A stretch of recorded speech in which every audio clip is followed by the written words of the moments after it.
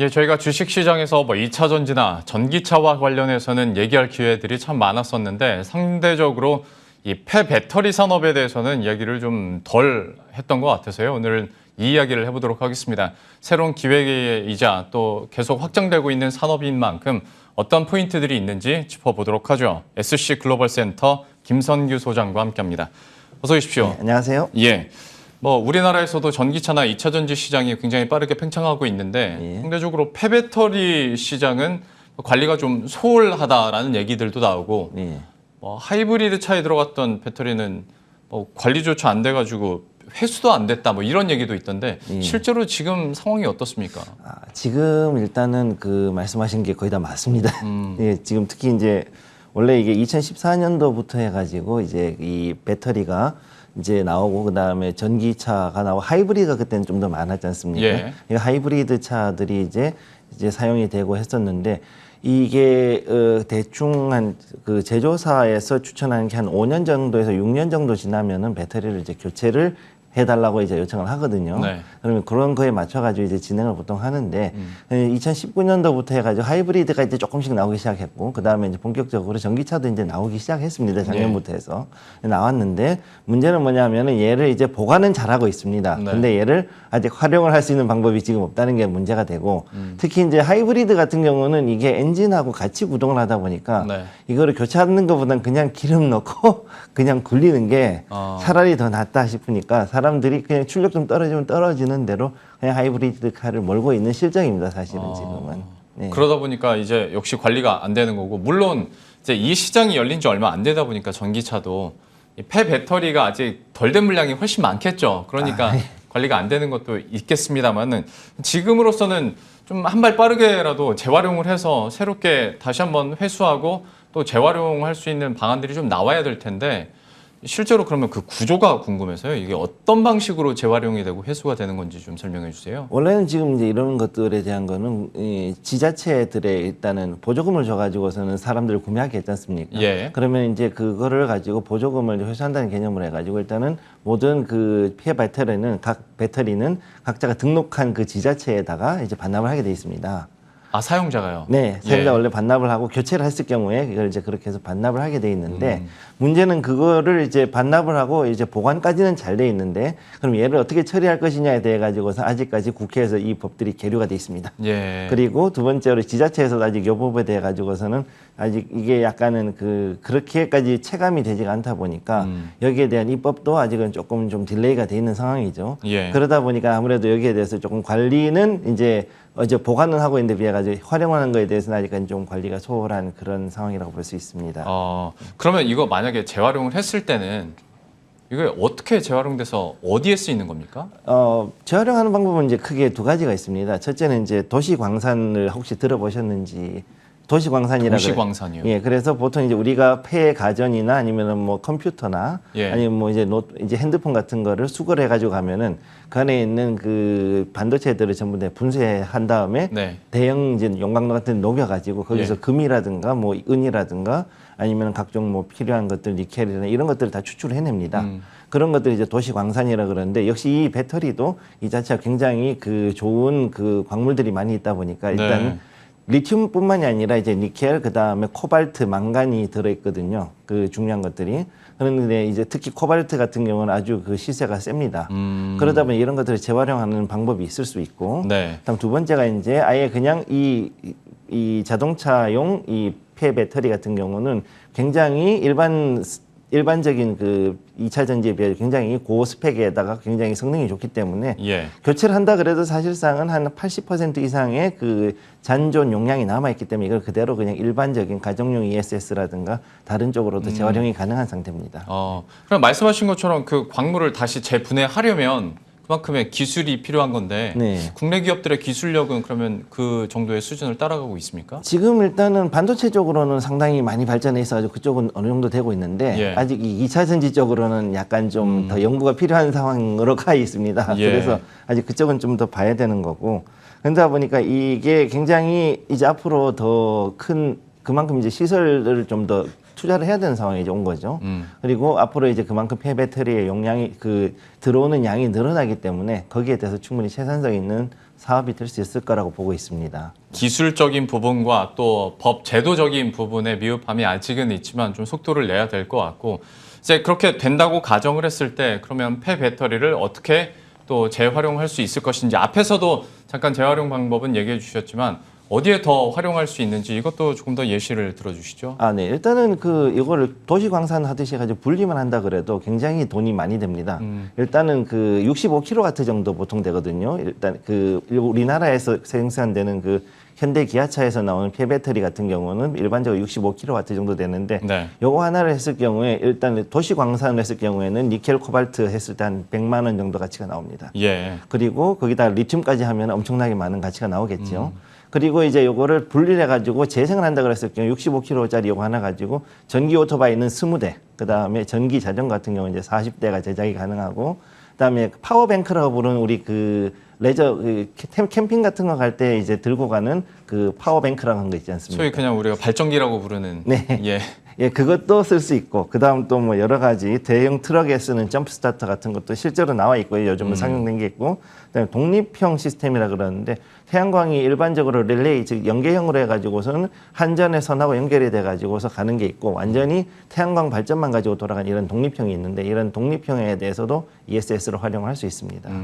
어떤 뭐 환경도 환경이고 기업 입장에서는 비용 절감 차원에서도 좀 이런 폐배터리 산업에 대해서 기술력을 확보해야 될 것 같은 그런 설명들을 듣게 되는데 마침 최근에 배터리 재활용 협의체가 출범했다고 들었습니다. 이거는 그러면 어떤 일을 하는 겁니까? 네, 일단 지난달에 6월달에 이제 관하고 그 다음에 기업하고 정부하고 이제 둘이서 이제 하나의 협의체를 만들었습니다. 그래서 요거를 여기에 대해서 앞으로 2030년까지 20조 2천억 정도 되는 시장이 형성될 거라고 일단 SNE 리서치에서 얘기를 했기 때문에 그럼 여기에 대해 가지고 그러면 앞으로 이걸 하나의 큰 2차 전지 생태계를 이제 앞으로 만들자라는 거죠. 네. 우리나라 안에서. 그리고 그 다음에 필요하면은 해외에서 수입을 해가지고 이걸 다시 또 수출하든가 아니면 여러 가지 이제 방안을 만들자라는 걸 한 건데 참여 기업들을 보시게 되면 우리가 알고 있는 쟁쟁한 2차 전지 3대장들이 일단 포진해 있고요. 선사는 당연히 참여를 해야 되는 거 아닙니까? 네, 그렇죠. 예. 그러니까 일단 2차 전지 3대장들 일단 나와 있고, 그다음에 현대차, 기아차 같은 이런 대형 계기업들이 나와 있고, 그다음에 참여 기관을 보시게 되면은 이제 테크노파크가 특히 나와 있는데 그 중에 제주도 같은 경우 전기차를 굉장히 많이 활용을 하다 보니까 그렇죠. 아무래도 제주 테크노파크가 일단 주로 해가지고서는 참여 기관으로서 이제 나오지 않았나 이렇게 보고 있습니다. 여기서 일단 제일 중요한 건 일단은 폐배터리가 과연 어느 정도의 용량을 가지고서 어느 정도의 활용성을 가지고 있냐 가장 중요한 이슈이기 때문에 네. 여기에 대해서 일단은 정보를 공유하는 시간을 일단 가졌었는데 지금 제가 알고 있기로는 우선 지금 초기형으로 나왔던 것들은 그래도 어느 정도는 이 잔전 배터리 용량은 좀 높은 걸로 알고 있습니다. 근데 이게 지금 현재 가장 큰 문제가 된 게 뭐냐면은 고속 충전이 이제 되면서부터 네. 이 배터리의 잔존 용량이 그야말로 천차만별이 되는 거죠. 예, 왜냐하면은 이게 고속 충전을 하게 되면은 배터리가 급격하게 수명이 줄어듭니다. 그렇죠. 예, 특히 약간 좀 기술적인 이야기이긴 한데 리튬이나 이제 다른 음극재 이쪽으로 해가지고서 균열이 갑니다. 아주 미세한 균열이 가는데 그러면은 얘가 용량이 떨어집니다. 그 순간부터. 그런 것들 때문에 사실 이거를 그러면 완속 충전해가지고선 천천히 그리고 오랫동안 썼던 그런 차라면은 충분히 잔존 용량을 얼마든지 키울 수가 있는데 만약에 급속 충전을 계속해가면서 굉장히 바쁘게 썼던 차량들이다 이러면은 이 차들은 아무래도 좀 가혹 조건이라 그러잖아요. 차를 네. 굴릴 때 그럼 가혹 조건으로 굴러가는 전기차가 되는 거죠. 예. 그럼 그런 폐배터리 같은 경우는 아무래도 약간은 좀 품질은 떨어질 수밖에 없는 거고 물론 이제 재활용하면 어느 정도 다시 회복을 할 수는 있습니다. 그런 경우도. 예. 참 들어보면 그러니까 항상 소장님과 이야기를 하다 보면 쉬운 산업일 것 같은데 들어보면 참 변수들이 많습니다. 그만큼 이제 기술력과 활용 범위가 넓어야 이것들을 다 소화해낼 수 있는 산업이라는 건데 실제로 그러면 국내 기업들 가운데서 특히 상장 기업이면 더더욱 좋고요. 실제로 폐배터리 재생 사업을 실시하고 있는 곳이 있다면 어디가 있을까요? 일단은 제가 가져온 거는 한 5개 정도 기업이 있는데 전부 다 이제 상당히 많이 올라가 있습니다. 이제 차트상으로는. 근데 일단 보시면 파워로직스부터 해서 쭉 나오는 거 보시면은 이렇게 해서 이제 현대차하고 주로 이제 많이 연결이 돼 있는 경우가 많습니다. 그래서 ESS를 이제 생산하는 것들이 이제 이렇게 있고, 그다음 영화테크도 역시 마찬가지고, 에코프로 같은 경우는 이제 두 가지인데 도시광산 사업을 실제로 하고 있습니다. 이 같은 경우는 그리고 이제 LG 에너지 솔루션하고 해서 이제 폐배터리 공급 계약을 이제 최근에 체결했기 때문에 요것도 이제 ESS 생산 쪽을 다시 이제 같이 두 가지를 같이 하는 거죠. 이런 경우는. 그다음에 현대글로비스가 특히 재미있는 게 폐배터리 운송 전용 용기가 있습니다. 예. 얘 같은 경우는 이제 결국은 이 폐배터리가 어떤 환경에서도 보관되거나 혹은 전액이 누액되지 않도록 만들어야 되니까 그런 용기를 만드는 특허를 가지고 있고, 그다음에 OCI가 지금 또 이제 현대차가 폐배터리를 진행을 하고 있는 이런 게 있고, 그 외에도 뭐 이제 왈크론 한택이나 뭐 여러 가지 이제 있죠. 그래서 고려 아연도 지금 하고 있고, 뭐 이제 에이프로 같은 경우도 이제 역시 그런 걸 하고 있습니다. 그래서 이런 여러 가지 그 폐배터리 재생 사업 중에서 가장 큰 거는 일단은 앞으로 이 ESS 생산도 있는데 도시 광산 쪽으로도 저는 어느 정도 좀 눈을 돌릴 필요가 있다라고 저는 그렇게 보고 있습니다. 예. 참 어떤 완성차 업체나 아니면 2차 전지 소재 부품 사업을 하는 업체들에서도 어떤 폐배터리 재생 사업이 실시가 되고 있는데 좀 더 이제 확정되기를 한번 기대를 해봐야 될 것 같고, 향후 이 시장에 대한 성장성 얼마나 보시는지 이것도 한번 설명을 해주시죠. 일단은 제가 봤을 때 이게 2030년까지 갔을 때는 앞으로 이제 매년 한 10만 개 정도는 폐배터리가 나올 거라고 보고 있습니다. 일단은 2020년 당시 한 14만 대 정도가 일단은 판매가 됐습니다. 네. 그러면 그 정도가 일단 앞으로 나올 거고, 근데 특히 이제 재밌는 것이 이 EU에서 앞으로 이제 우리나라가 많이 팔아야 되는 게 이제 독일 3사라든가 이런 중요한 유럽의 업체들이 많이 있지 않습니까? 네. 이 완성차 업체들이 지금 이제 전기차로 넘어가고, 특히 이제 스탈란티스 같은 애들도 이제 최근에 삼성전자하고도 이제 삼성전자나 이제 삼성그룹 계열들하고 이제 협업을 한다는 얘기가 나올 정도면은 네. 유럽에 있는 업체들이 거의 대부분이 이제 그 협업을 한다고 봐야 되는 거죠. 그런데 이제 EU에서 어떻게 나왔냐면은 작년 12월에 이제 이거에 관해 가지고 어떤 규정을 내놨는데, 2024년 7월부터는 이제 탄소 발자국이라 가지고 해서 카본 푸티지라고 그러는데, 이게 과연 이 2차 전지를 만드는 데 있어 가지고 얘를 과연 얼마 정도의 탄소가 소요됐느냐, 즉 역을 한 데 있어 가지고서는 그러면은 발전을 하는데 그 전기를 만드느라고 과연 화석 연료를 얼마 정도 썼는지, 공장을 돌리는데 또 그 과정 중에서 어느 정도 또 다른 것이 개입이 되는지 뭐 이런 거를 다 공개를 하고 해야지만 시장에 이제 판매를 할 수 있도록, 네. 시판을 할 수 있게 만들었고, 그다음 2026년 되면 이제 그다음에 아예 이거를 어느 정도까지만 해서 탄소 상한선 아예 또 만들어 버렸죠.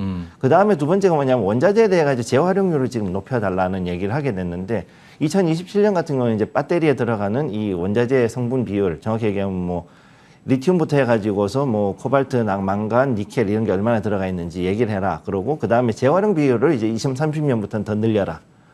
지금은 이제 거의 다 100% 순자재로만 쓰고 있거든요. 네. 근데 2030년부터는 재활용을 하는 원료를 가지고 들어가야 된다라고 얘기를 하고 있는 거죠. 그리고 2035년부터는 그 비율이 더 높아지고 있기 때문에 이런 걸로 봤을 때 사실 재밌는 것이, 우리가 봤을 때 이 폐자재들에 대한 재활용이라든가 아니면 원자재 자체를 취급하는 이런 산업들은 굉장히 대단히 자본이 들어가고 또 그만큼 큰 돈을 벌 수 있는 산업으로 앞으로 바뀔 것이기 때문에 이쪽에 대해 가지고서 대기업들이 결국은 들어가서 투자를 많이 하고, 또 앞으로도 또 여기에 대한 기술이 있는 업체들의 대기업들이 굉장히 많은 자본을 또 투자를 하면서 결국은 발전할 수밖에 없는 겁니다. 그러다 보니까 앞으로 이제 이런 부분에서는 폐기 배터리 관련된 법규가 정비되고 시설 투자한 데 있어 가지고서 이런 그 부분을 어느 정도 감안을 하고, 특히 이런 그 유럽 시장을 특히 공략을 많이 해야 되는 게, 이 유럽 시장에서 나오는 이 근본 원천 기술이 있지 않습니까? 그 원천 기술에 대해 가지고 우리가 어느 정도 이니셔티브를 확보한 상태에서 미국을 들어가고, 그래서 시장이 넓은 데로 자꾸 나갔을 때 앞으로 더 먹을 게 많아지니까 이렇게 들어가는 게 필요하고, 그다음 앞으로 또 이제 인력도 거기에 맞춰 가지고 양성을 더 많이 해야 될 필요가 있습니다. 그래서 지금 2021년이라서 좀 이 30년 뒤, 2030년까지면 한 10년 정도 남았는데 약간은 아직 여유가 있지 않나 싶은데 이게 한 4, 5년이 금방 갑니다.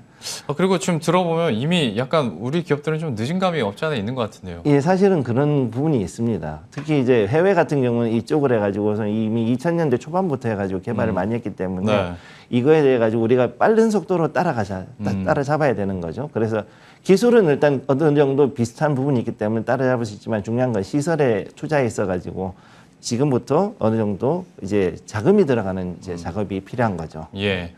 자, 이렇게 해서 오늘 2차 전지 시장이 커질수록 함께 커질 수밖에 없는 폐배터리 시장에 대한 이야기들 함께 나눠봤습니다. SC 글로벌 센터 김선규 소장과 함께했습니다. 오늘 말씀 고맙습니다. 네, 감사합니다.